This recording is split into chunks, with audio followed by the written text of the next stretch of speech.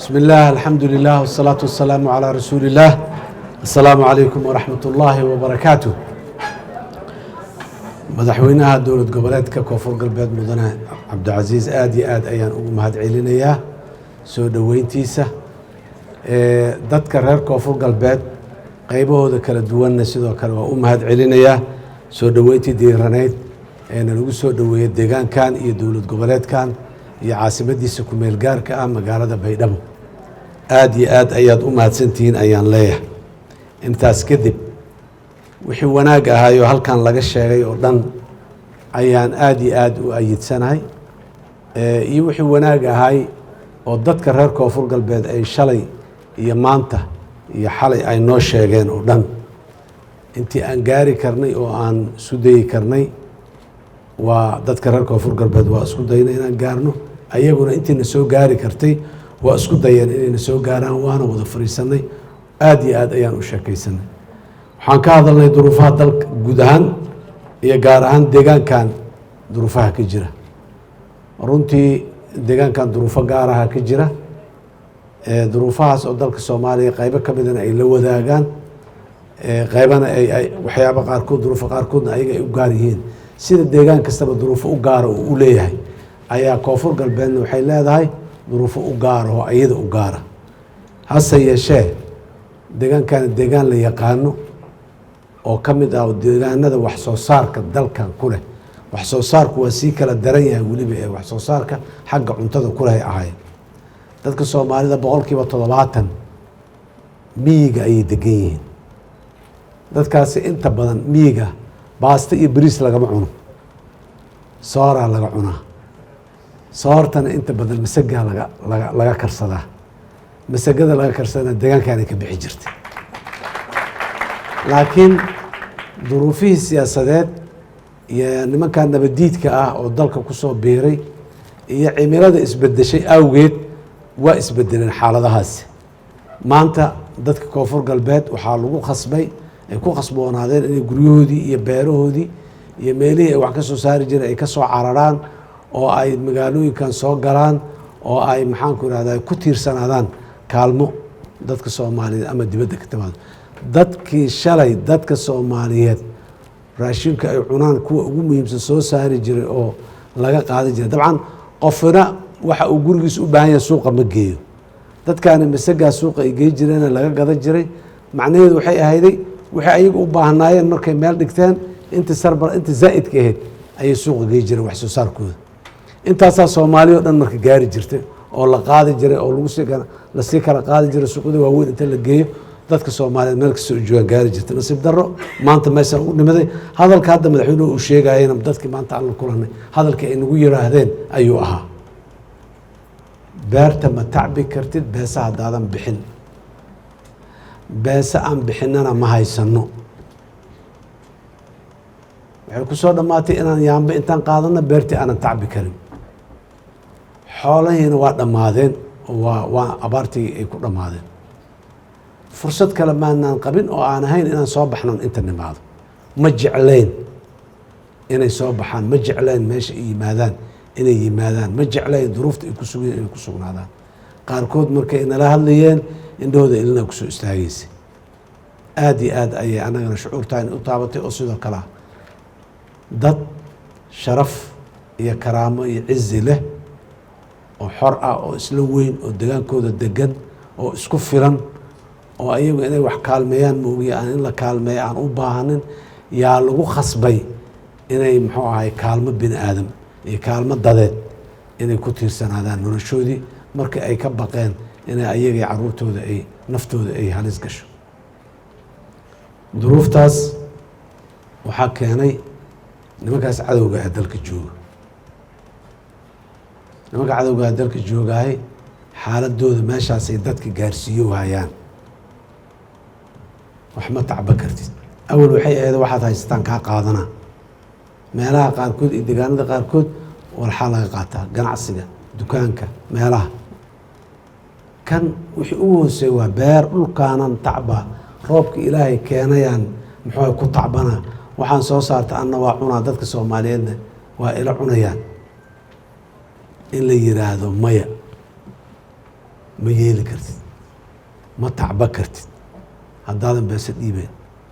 dadkuna beesa guryooda kuma haystaan mana badarka ay tacbaanay beesa marka duruufaha dadka cadowga nabadiidku meeshaasuu maraa maanta dadka Soomaaliyeed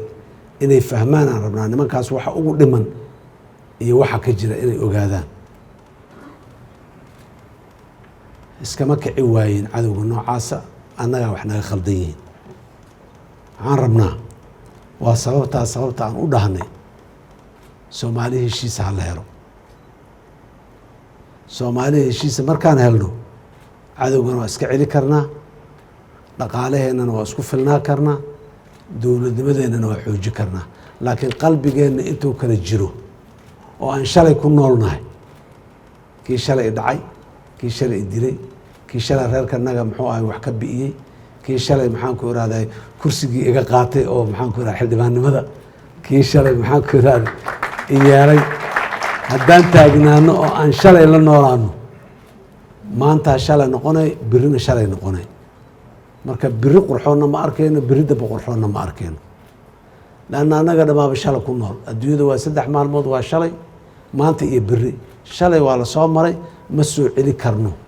wixii aan rabnaa hadday noo qabsoomi waayeenna wixii inuu asbaabtii noo qabsoomi waay inaan inta ka tashano biri inay noo qabsoomaan wixii aan rabnay aan isla meel dhigano aan ka shaqeyno laakiin shalay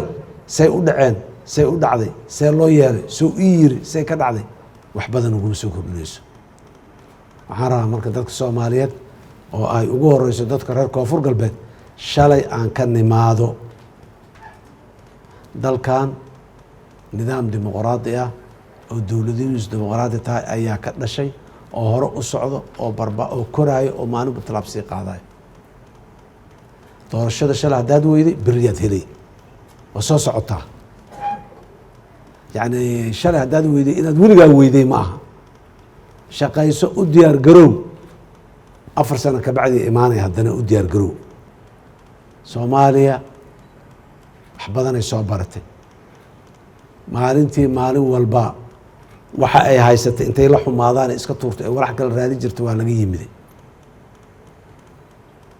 waa lagu soo wada qancay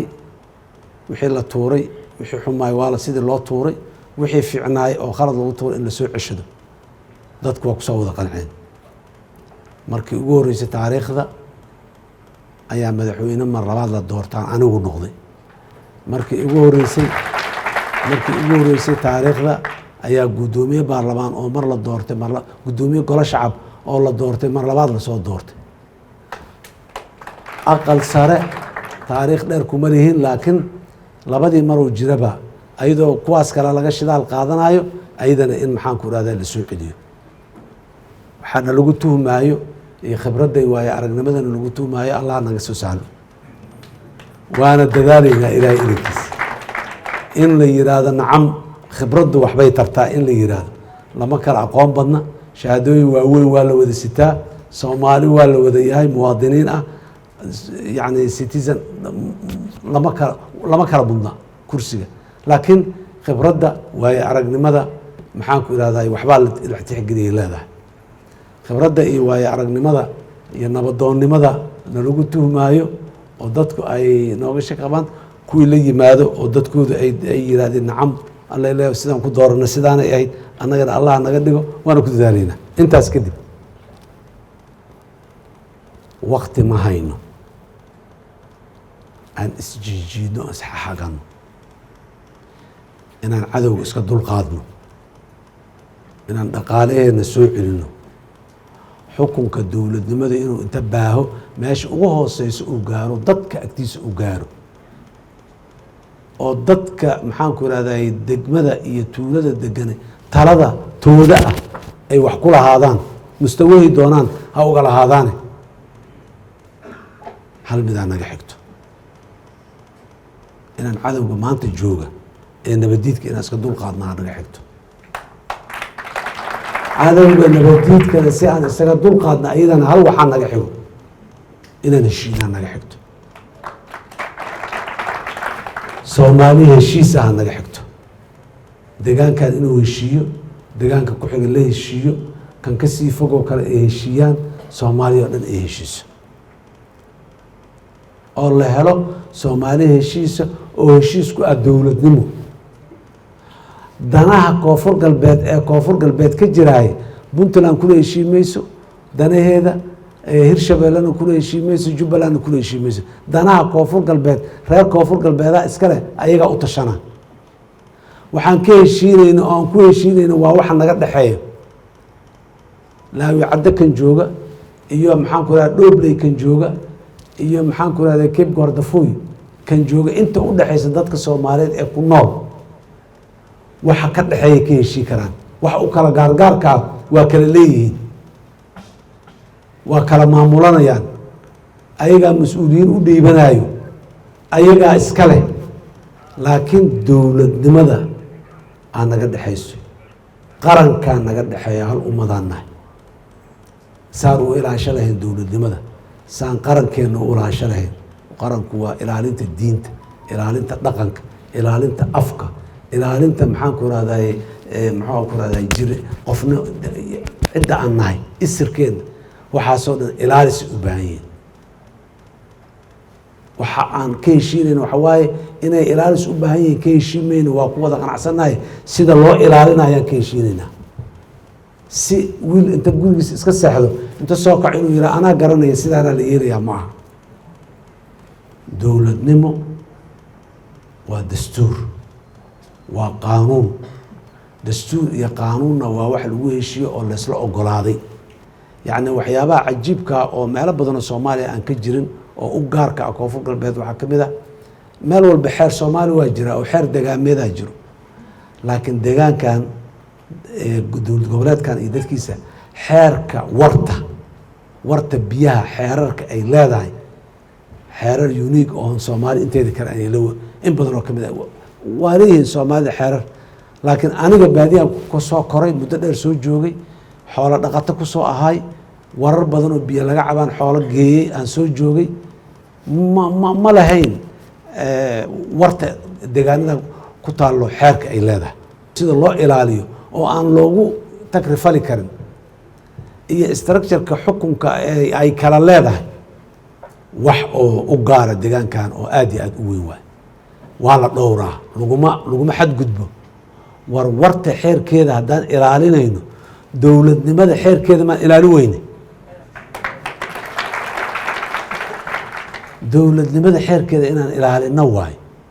gartu gacmo la-aanay geed kugu xirtay hala dhah gartu war waaye markaan banaanka joogno xeerkeena waa hadal laysu gudbiyo fac ka fac oo waxaasaa lagu heshiiyey waxaasaa lagu heshiiyey waxaasaa lagu heshiiyey qofkii waxaa sameeya waxaasaa casaarme intaasaa la saara saasaa la yeela saa lagu heshiiyey sidiyaa la yeelaa qofka ma diidi karo gartiyo socoto gacmaloo qof soo qaqabanaysana ma jirto inta imaaw ratigaaga guriga aad reerka u dhaansatid kaan waa la gowracaa intaa la biraynaa intaasoo neef inta kusoo xir saan yeel gar waay ma diidi karo qofku waa yeela dastuurka aan leenahay qabyo waaye waa naga kala dhiman yahay ilaahay idankiis waa dhammaystireynaa waa u istaageynaa inuu dhammaystirmo muddo gaaban waa ka shaqaynaynaa laakiin dastuurka warqaduu ku yaallaa gacmo mala oo kugu soo qabsado dadka kuu soo qabanaya haddaanan dastuurka aadan inay fuliyaan adiga aadan raalli ka ahayn kuma soo qaban karaan adoo dastuurka ixtiraamaya ku soo qaban karaan qawaaniintay kugu soo qaban karaan gartu gacmo la-aanay geed kugu xirtaa waay waxaan rabnaa waxa aan ku heshiino inaan ilaalino qawaaniinta inaan ilaalino dastuurka inaan ilaalino ma isjeclaanayna haddii kale maalin walba khilaaf iyo dagaal iyo dood iyo waxaan ku jiraynaa iyo isqabqabsi dastuurka federaalka qawaaniinta federaalka soomaalidoo dhan ka dhexaysa waa inaan ilaalinaa dastuurka koonfur galbeed qawaaniinta koonfur galbeed xeerarkeedana waa inaan ilaalinaa iyadan waa ku kala ammaan helaynaa waa isku jeclaanaynaa waa isku ixtiraamaynaa mugaa intaas ilaalino haddii kale intaasaa naga dhumay waana intaan u baahna 32 sano muddo dheer waaye oon duruufahan gaarkaa ku sugannahay ummad ahaan waa u jirnaa waana u sii jiraynaa cimriga ummaduhuna 32 sano iyo waa ka weyn yahay waana ka badan yahay laakiin annaga cumrigayna 32 sano ay ku badan tahay dadka aniga aan ka mid ahay madaxweyne cabdicasiis iyo rag badan oo mas'uuliyiin iyo gabdho badan oo mas'uuliyiin meeshaan fadhiyo cimrigooda maanta ilaahay cimri sibeero soo gaaray muddada noo dhiman marka bini aadanana waa yar tahay muddadaas inaan wax qabanaana laga rabaa oon ka tagno kuwii xorriyadda dhaliyey isticmaalka naga dul qaaday calankan buluuga ah keenay dowladnimada aasaasa maanta ma noolo laakiin haddana kulli waa sheegnaa soo maha magacyadoodan sheegnaa wax fiicanay sameeyeenaan dhahnaa waa u duceynaa berri annagana sidaasoo kale in loogu duceeyo oo wax fiicanna naga sheegaan rabnaa kuwii cadowga naga dul qaaday shabaabkii dulliga ah diinteenna xaniifka ah ee maxaan ku irahdaa dulmiga ku sameeyey kuwii naga dul qaaday kuwii dalada fiican jidka fiican noo horseeday in nala dhahaan rabnaa laakiin shaqay naga xigtaa waxaan rabaa dadka koonfur galbeed dowladda federaalka xaggeeda nabadaa idinka jirto saaxiibtinimaa idinka jirto mas-uuliyad iyo dadkii idinku aad xilka u dhiibateen si toosan iyo si dadbanba aad xilka u dhiibateen ood adika aad wakiilateenaa idinka jiro shar iyo colaad iyo abaabul qaab daran iyo magaciisii idinkama jiraan xaggaas bes waxaan codsanaynaa idinku adkaynaynaa dhexdiinana inaad sidaasoo kale ka dhigtaan haddii alla yidhi quluubta inaad isu furtaan walaalowdaan waxa dhibka deegaankan haystana aada wax ka qabataan kabacdi aad ka soomaaliyeed wax ka qaban kartaan laakiin nin asigaba gurigiisii ku rafaadsan mid soomaaliyeed waxba kama geliyo war dadku waa dadka la sugayaad ka mid tihiine inta deegaankiina iyo dadkiina wax u qabatiin soomaali inteeda kalena wax u qabta awooddeedii aad leedihiin dadnimadeedii aad leedihiin degaankeedii aad degantihiin laakiin shuruudda ku xiran waa saas heshiis reer koonfur galbeed oo heshiis soomaali heshiis ay muxuu ahay ay waxay ka yihiin qayb weyn ka yihiin kana noqon karaan haddii alla yidhaah aad iyo aad ayaan mar kale idinkugu mahad celinaa soo dhoweyntii iyo marxabeyntii iyo marti sharafkii aada noo fidiseen aad iyo aad ayay xusuus noogu reebtay in sha allahu tacaala deegaankaana waa kusoo noqnoqon doonaa marar badanaan imaan doonaa madaxweyne cabdicasiis aad u mahadsan yahay meel aan usoo laalaabanana waana si wuxuu yiri gogoshiina waatana waa usoo laalaaban kartiin marka ilaahay idinkiis meeshaan waa ku badnaa doonaa dadaalka deegaanka iyo dadka iyo muxuu ahay farxadda la qaybsigeeda iyo xanuunka la qaybsigiisa iyo dagaalka la qaybsigiisa iyo guusha la qaybsigeeda intaba qaybaan idinkala nahay haddii alla yidhaah waana idinla joognaa garabkiina allaha galo wasalaamu calaykum waraxmatullahi wabarakatu